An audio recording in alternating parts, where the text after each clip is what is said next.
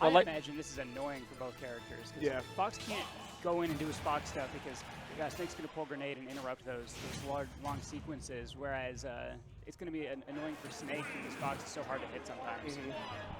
Yeah, they're both very highly aggressive players too, so it just matches up well for. Maybe we could see some record short matches. Whoever wins either way, it's just going to be explosion after explosion, right? So let's see how this shakes out on Pokemon Stadium here. Game number one, nice. just lingering with the back air because knowing that we'll cancel out the Fox illusion and keep the advantage state. Yeah, and as I was saying earlier, PeZ almost died from that ledge trap right there. Had that down smash.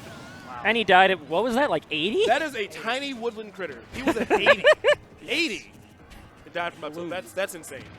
One thing that'll be really important, obviously the grenades will stop the Fox combos, but if PeZ can find a way to put that to his advantage, it could be huge for him. This is a rough recovery situation for AK.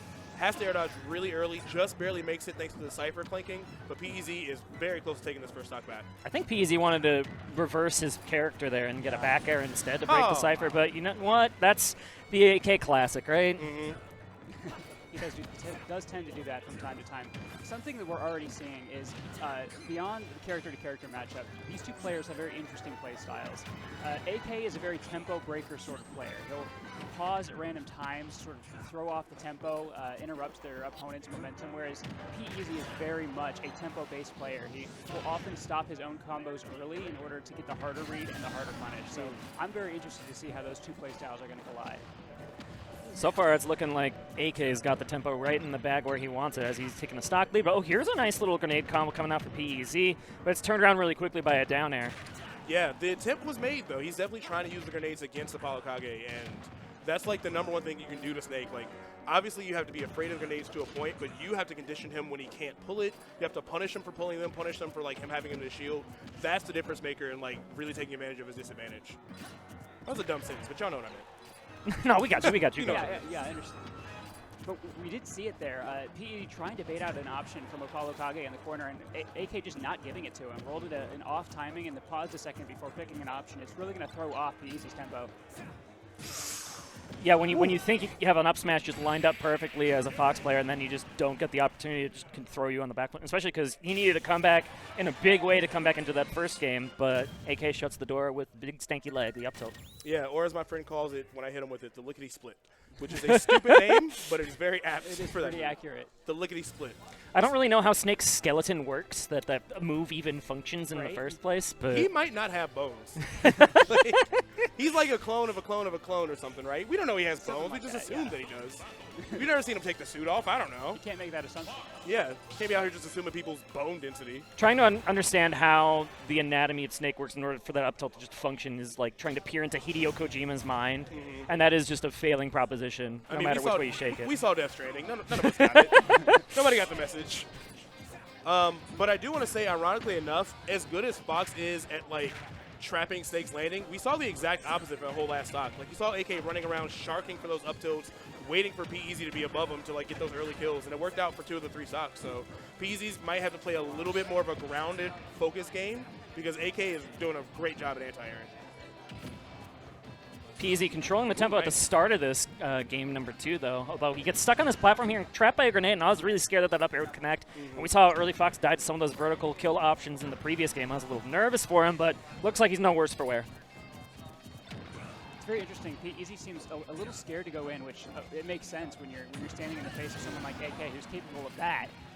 You don't want to get grabbed, but playing a little more hesitantly than is characteristic.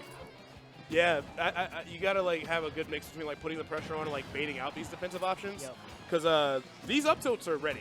He's always in a position to go for up tilt. He's always looking for it. All right, great punish out of shield. Run up up smash. That's the speed you can take advantage of when you're somebody like Fox. Definitely very good awareness.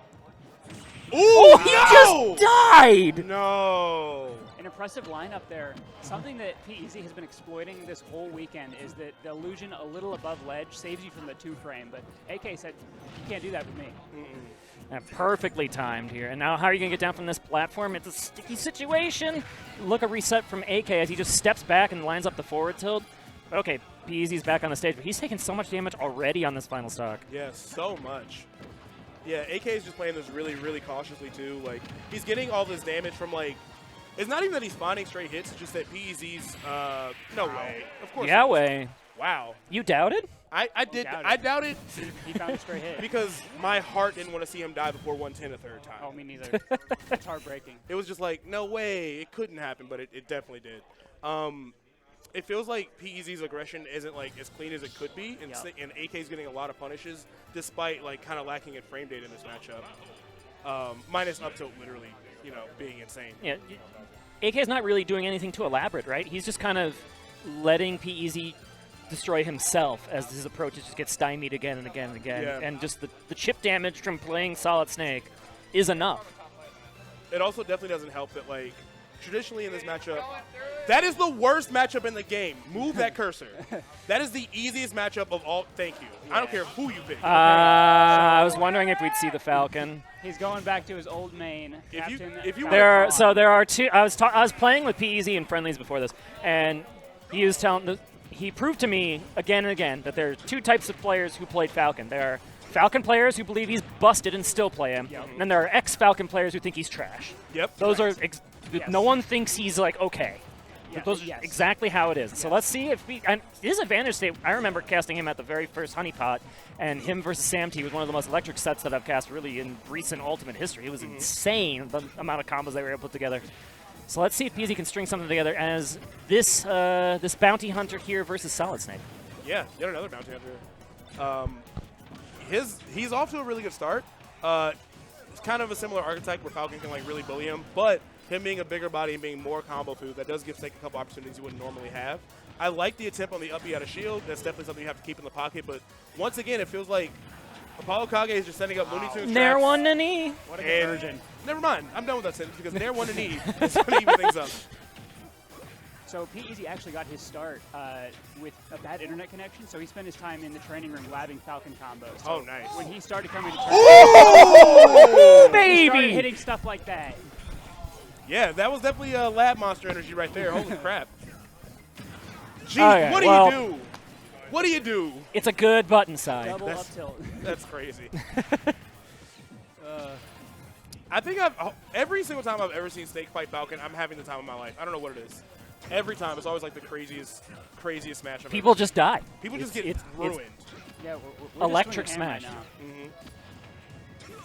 But right now, PeZ is trying to find a way to weave through these grenades as Falcon. It's a very impressive wall that AK is setting up at the moment. Doesn't really look like a wall per se, but you have to be very calculated with how you approach. Already 96% tilt type, but we've seen this up tilt kill at this percent many times already. But this is Rage Falcon, Very I true. believe. Very, very, very true. I mean, if he gets another Nair 1 confirmed, he could easily take this game back. One up air. Especially on either side of the stage, right?